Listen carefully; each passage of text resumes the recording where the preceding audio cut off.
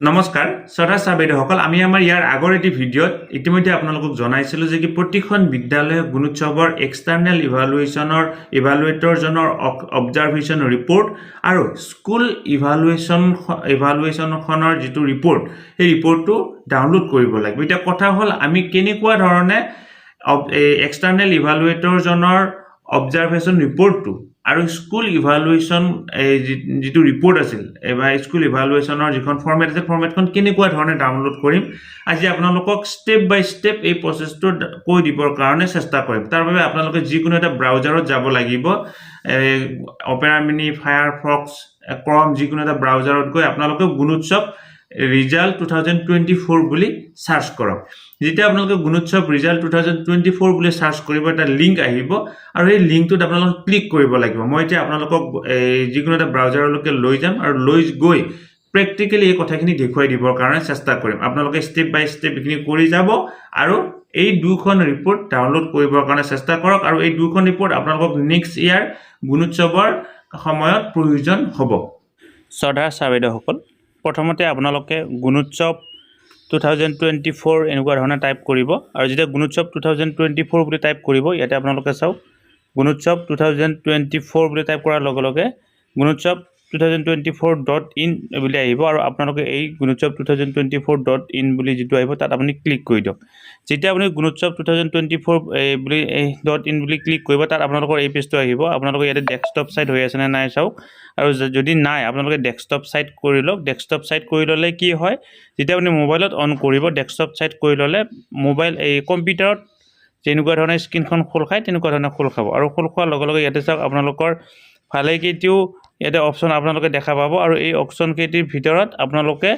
ইয়াতে এতিয়া চাওক লগ ইন বুলি আহিছে, ইয়াতে লগ ইনত ক্লিক কৰিব লাগিব। যেতিয়া আপুনি লগ ইন অপশ্যনটোত ক্লিক কৰিব, ক্লিক কৰাৰ লগে লগে ইয়াতে ভালেকেইটিও লগ ইন আছে। আপোনালোকে ইয়াতে চাওক দেখিব কাৰণে পাব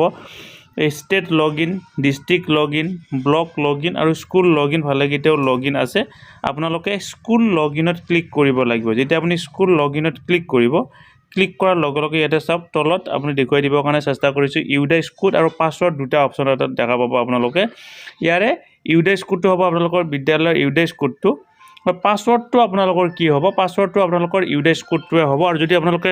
ডিফল্ট পাছৱৰ্ড এই ইউডাইছ কোডটো হয়, আৰু তাৰপিছত যদি আপোনালোকে পাছৱৰ্ডটো চেঞ্জ কৰি লৈছিল, আপোনালোকে পাছৱৰ্ডটো সেই চেঞ্জ পাছৱৰ্ডটো দিব লাগিব। এতিয়া মই এইটো অ'পেন কৰি ল'ম, কৰি তাৰ পৰৱৰ্তী পৰ্যায়ত কেনেকুৱা ধৰণে আপোনালোকৰ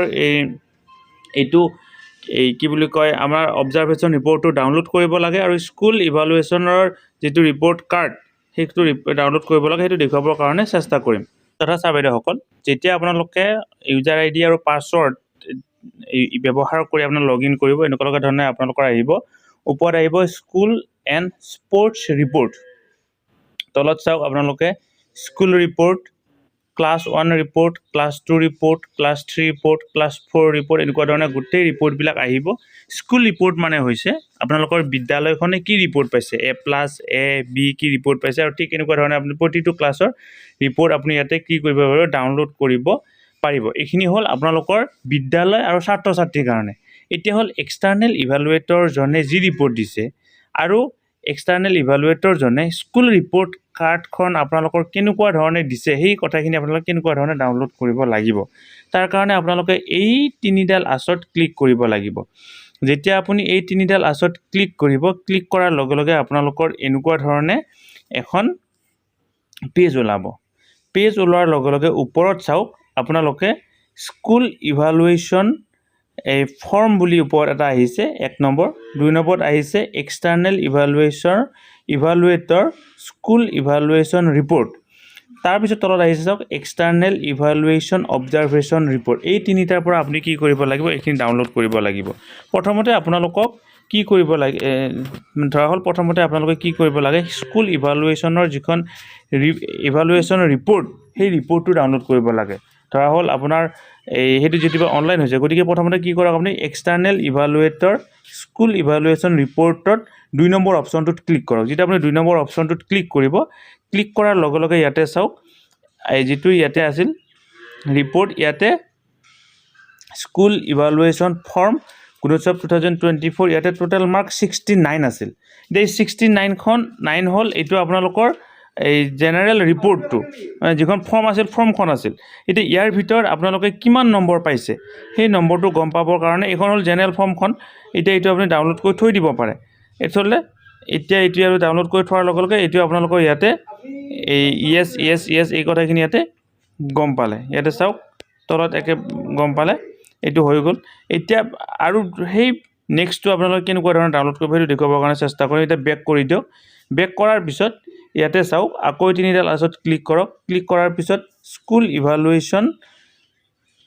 ফৰ্মখন ডাউনলোড কৰক যেতিয়া স্কুল ইভালুৱেশ্যন ফৰ্মখন ডাউনলোড কৰক ইয়াতে চাওক টোটেল মাৰ্ক 68 আছে আৰু ইয়াতে ডাউনলোড আছে এই ডাউনলোড অপশ্যনটোত আপুনি ইয়াতে কি কৰি দিয়ক এখন ইয়াতে আপুনি কি কৰি থৈ দিয়ক ডাউনলোড কৰি থৈ দিয়ক ডাউনলোড কৰাৰ লগে লগে এইটো ডাউনলোড হ'ব আৰু আপুনি এইটো কি কৰি থৈ দিব পাৰিব প্ৰিণ্ট আউট কৰি থৈ দিয়ক পৰৱৰ্তী পৰ্যায়ত যেতিয়া গুণোৎসৱ হ'ব ইয়াতে চাওক এতিয়া আপোনাৰ কিমান নম্বৰৰ ভিতৰত কিমান নম্বৰ পালে সেই কথাখিনি ইয়াতে আপুনি এতিয়া গম পাব অৰ্থাৎ এই পইণ্টটোত আমাৰ টোটেল নম্বৰ কিমান আছিল আৰু আপুনি কিমান নম্বৰ পালে এই পইণ্টটোত আমাৰ টোটেল নম্বৰ 7 আছিল আমি ইয়াতে কিমান নম্বৰ পাইছোঁ 6 নম্বৰহে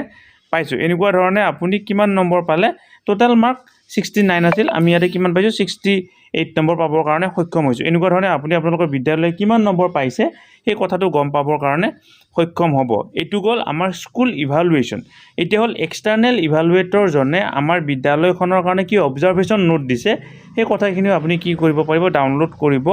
পাৰিব তাৰ কাৰণে পুনৰ আপুনি বেক কৰক বেক কৰি পুনৰ ওপৰত থকা তিনিডাল আছত ক্লিক কৰক ক্লিক কৰাৰ লগে লগে তলত চাওক এক্সটাৰ্নেল ইভালুৱেটৰ অবজাৰভেশ্যন ৰিপৰ্ট বুলি যেতিয়া পাব তাত আপুনি ক্লিক কৰক যেতিয়া এক্সটাৰ্নেল ইভালুৱেটৰ অবজাৰভেশ্যন ৰিপৰ্টত ক্লিক কৰিব ক্লিক কৰাৰ লগে লগে আপোনালোকৰ অবজাৰভেশ্যন ৰিপৰ্টটো ওলাব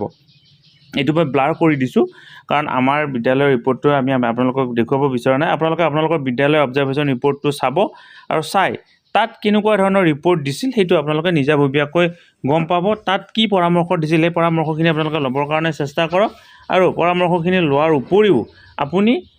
সেই পৰামৰ্শখিনিৰ ওপৰত কিবা কৰিব লগা আছে নেকি সেইখিনি আপোনালোকে চাবৰ কাৰণে চেষ্টা কৰক গতিকে ছাৰ বাইদেউসকল এনেকুৱা ধৰণে আপোনালোকে কি কৰিব পাৰিব